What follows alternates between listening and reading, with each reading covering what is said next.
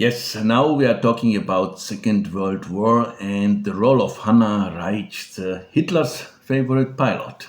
During the Second World War, Hanna participated in testing numerous revolutionary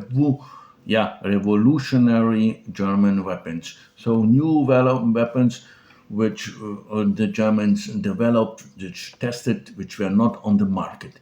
She helped solve the stability problems, for example, of the V1 rocket, Vergeltungswaffe. V stands for Vergeltungswaffe, like retaliation weapon is the English word.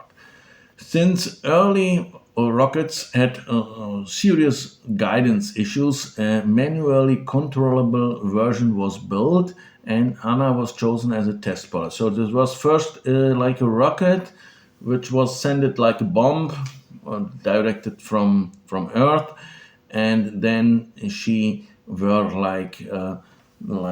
flying this bomb, we can say. She successfully carried out the flight, and thanks to the data she collected during the flight, the Germans corrected the flaws. She climbed to an altitude of 2,300 meters with Germany's first helicopter, tested dive brakes, like when you dive and like have to try to stop the plane.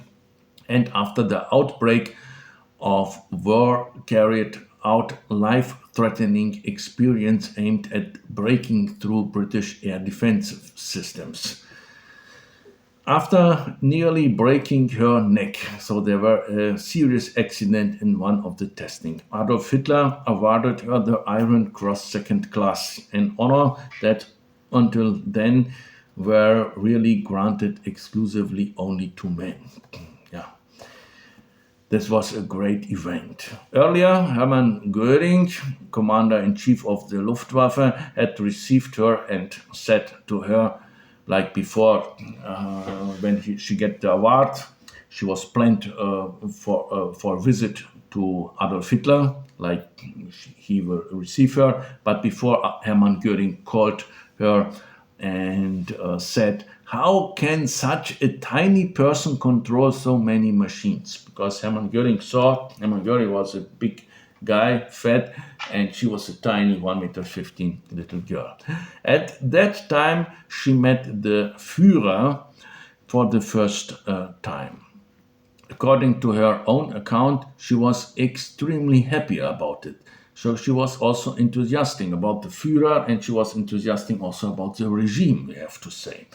She was astonished at how well Adolf Hitler, knew the technical details and data of the flight experiments she was into, and how through roughly he had informed himself about them. So Hitler was really informed about flying details, about technical details. It was a thing that was typically for Adolf Hitler. He was also informed about other branches of the military where he knew a lot of technical data.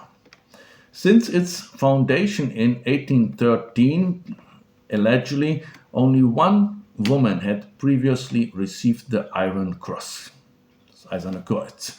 It was established on March 10, 1813 by King Frederick William III of Prussia in Breslau, Wrocław today, during the wars of liberation against Napoleon.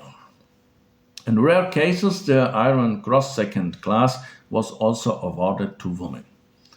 Hanna Reitsch was the first woman to receive the Iron Cross Second Class in 1941, and in 1942 she also received the first class of the Iron Cross, so an even greater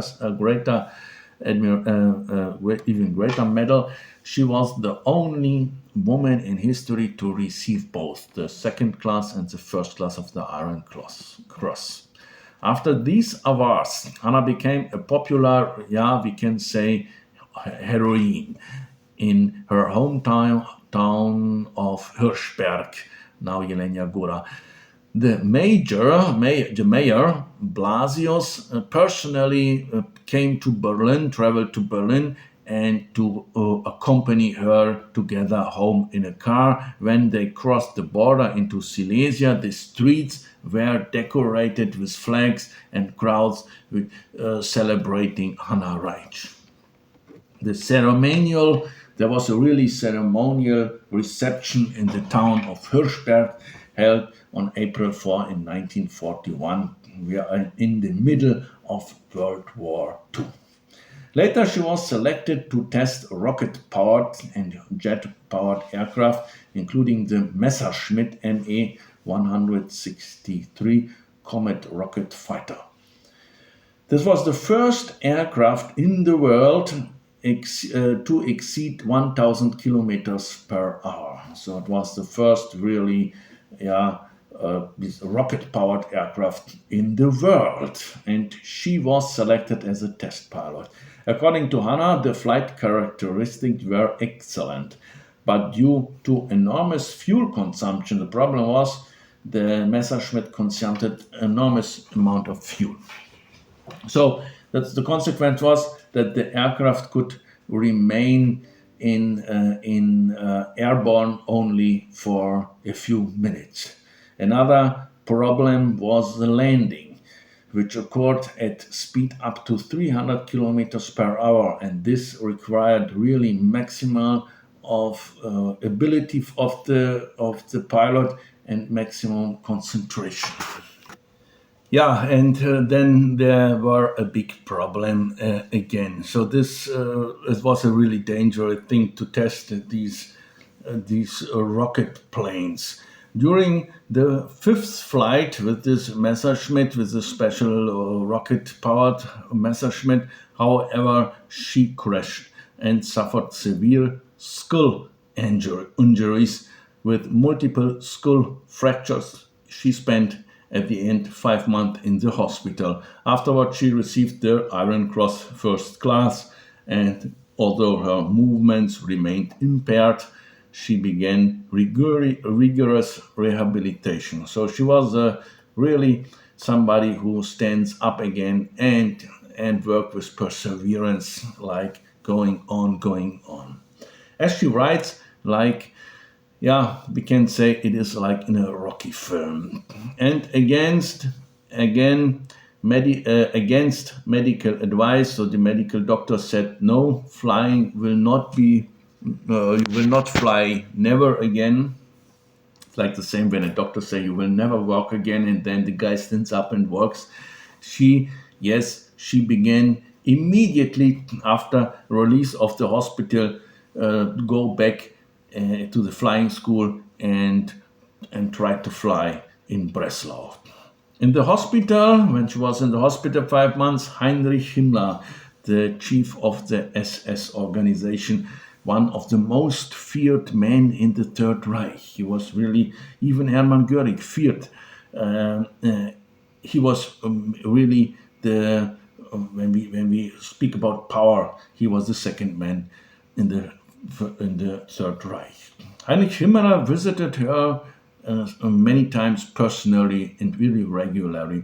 Hanna had mixed feelings about this because her mother opposed Himmler's anti-church views. Himmler was anti-clerical.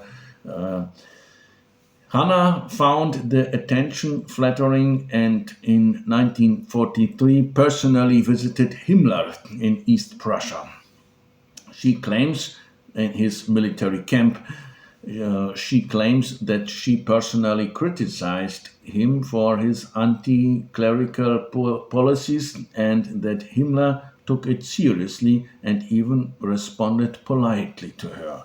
Nevertheless, Reitsch retained a positive impression about him, and even claimed that she met him again in 1944 and asked him about the existence of gas chambers in the concentration camps.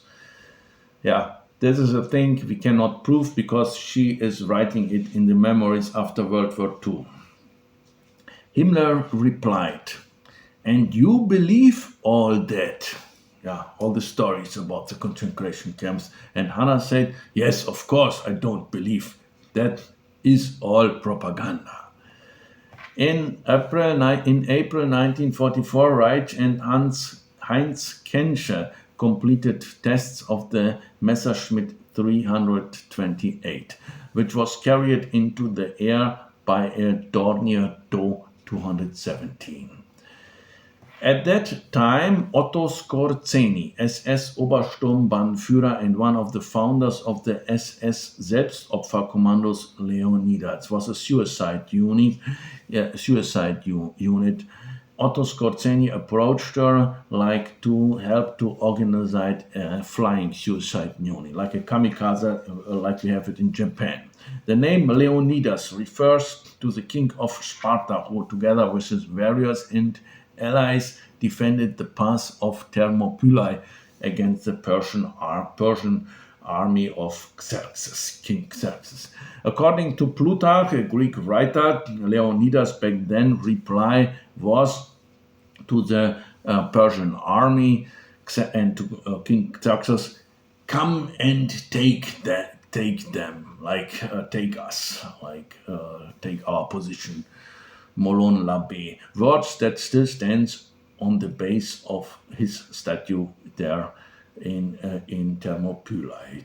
Then the Persian army came and all fell, Leonidas as well, because there were only 400 men against the big Persian army. Yeah, that's the reason why the Selbstopferungskommando, the suicide unit of Otto Skorzeny, was called Leonidas. The V1 flying bomb, the Vergeltungswaffe, retaliation bomb, was at that time converted into a two-seater controllable aircraft, in some versions with landing gear, in others without. The plan was ultimately never realized, although so this should be a suicide bomb. So with the V1 going to Britain and to direct this bomb and that explode in a strategic position. The plan was ultimately never realized, as I said, although Reitsch claims in her autobiography that she carried out test flights for this program. And then we have the final days of the war in Berlin, when we have an scene with Hanna Reitsch, the last days in Berlin.